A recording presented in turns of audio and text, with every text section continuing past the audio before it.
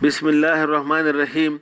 I am Dr. Mohibullah Wazir, and the topic is to differentiate the different vertebrae with one another. In the first lecture, I discussed typical vertebra. Now, how will you differentiate the different vertebrae from one another? Look, first is the cervical vertebrae in the cervical region. Note the point. The cervical vertebrae is identified by the fact that present in the transverse process there is a foramen which is called as foramina transversarium. And also you see that look, the spine of the cervical vertebra, it is bifid. So if you are asked this vertebra belongs to which part, if you see the foramina transversariums, whether it is typical cervical or atypical, this foramina transversarium is present in all. Look, in all of this, the foramina transversarium is being present, this foramen. In all these vertebrae, you can see this foramina transversarium is being present.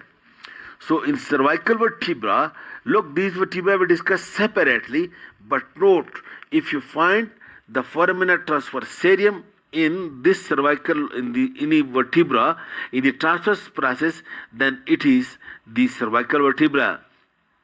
And in typical cervical vertebra, the spine is also bifid. Okay, in addition, the body is small, the vertebral foramen is triangular, and the transverse process is having two bars with two tubercles that I will discuss separately in each region. Okay, then the thoracic vertebra is specially identified by the fact that the bodies of the thoracic vertebra, because it articulates with the ribs, it is having the articular facet. Look, this articular facet up lower and upper articular facet, and one articular facet present at the transverse process, this facet. If you find these articular facets, this one and this one and this one, at the body and in the transverse process, these are costal facets for articulation with the ribs, then with no doubt it is the thoracic vertebra. And then you can see the lumbar vertebra. Look, these lumbar vertebrae, it is too big in size, having a big body because it has to support more weight, and there is no foramina transversariums and no costal facet and very big body and big superior and inferior articular processes, then this is the identification of the lumbar vertebra.